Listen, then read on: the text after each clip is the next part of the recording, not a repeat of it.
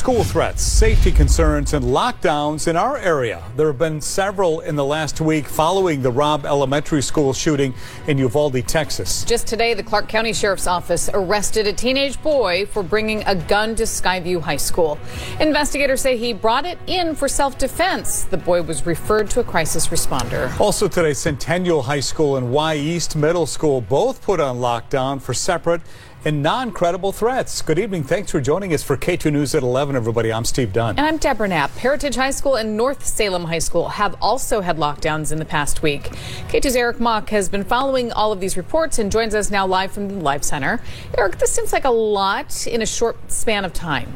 Yeah, 5 incidents if you're counting just in the last 6 days, all involving either a threat to a school or a student bringing a weapon to school. And school leaders say they understand this is a scary time, with these incidents happening just days after the Uvalde, Texas shooting.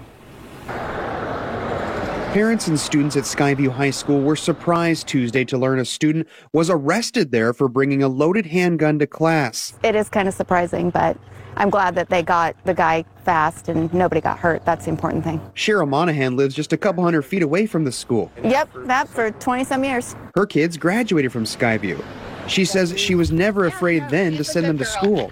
But this is just one of 5 similar incidents in schools here this week. And school and law enforcement leaders are acknowledging how unsettling these incidents can be just days after the shooting that took 21 lives at Robb Elementary in Uvalde, Texas. After someone brought an unloaded gun to Heritage High School last Thursday, Superintendent of Evergreen Public Schools John Boyd said in part, quote, "Especially after the tragic shooting in Texas this week, I know incidents like this are highly concerning. Please know we take these situations very seriously, and the safety of our students and staff is a priority."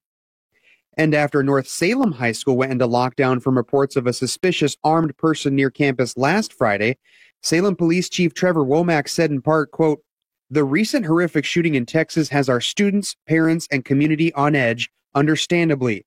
We want our community to know that we are prepared and ready to keep our school campuses safe, as exemplified by today's rapid response."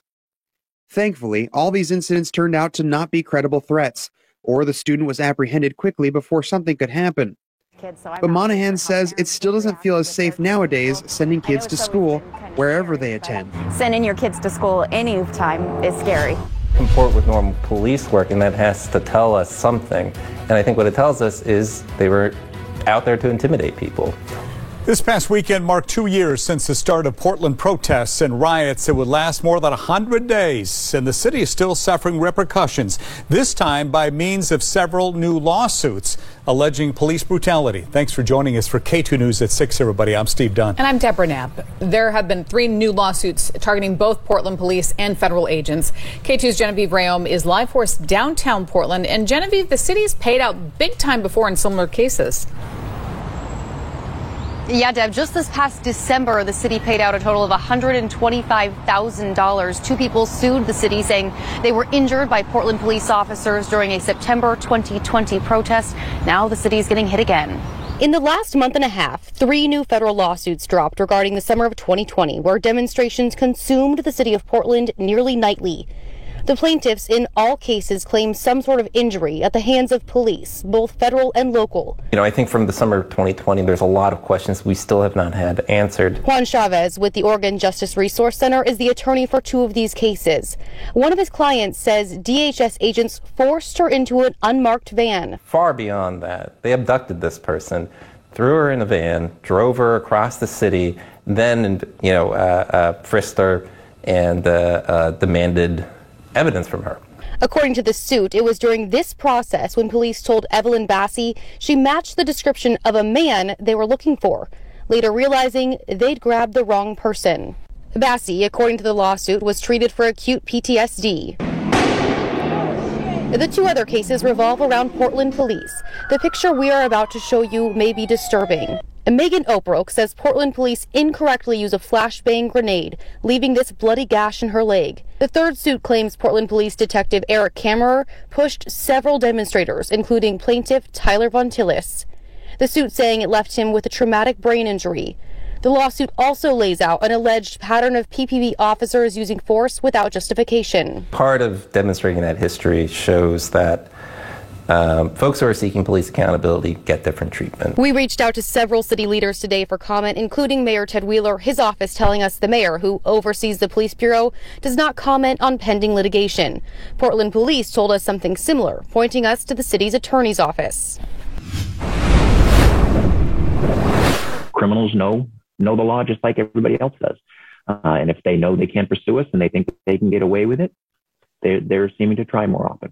Law enforcement across Washington state reporting an uptick in people fleeing from police.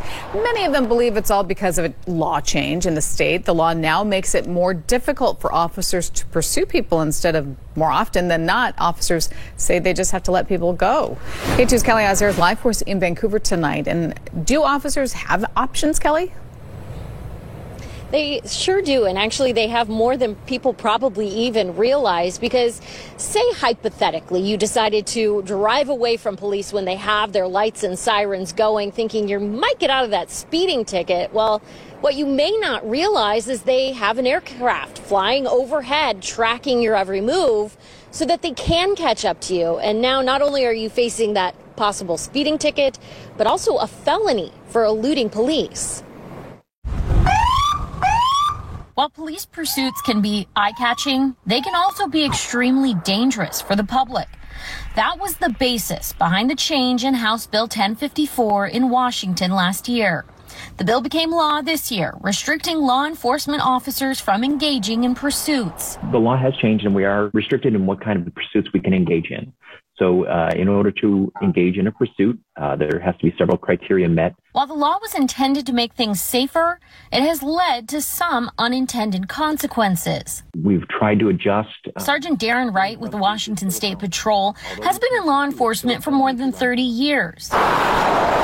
He says they have noticed a troubling trend.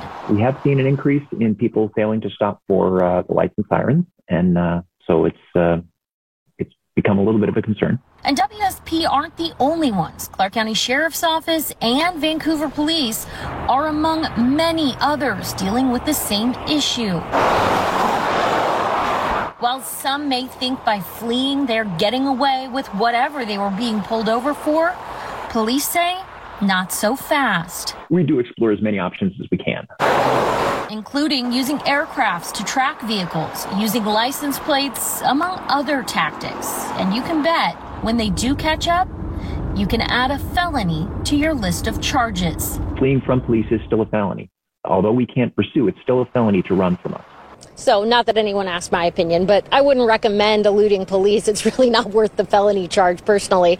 Now, police do say, of course, they're always adapting. Things are constantly changing in the field of law enforcement. So they say while they may be having to change tactics a little bit, they still are not concerned about public safety, and they will continue to keep the public as safe as possible.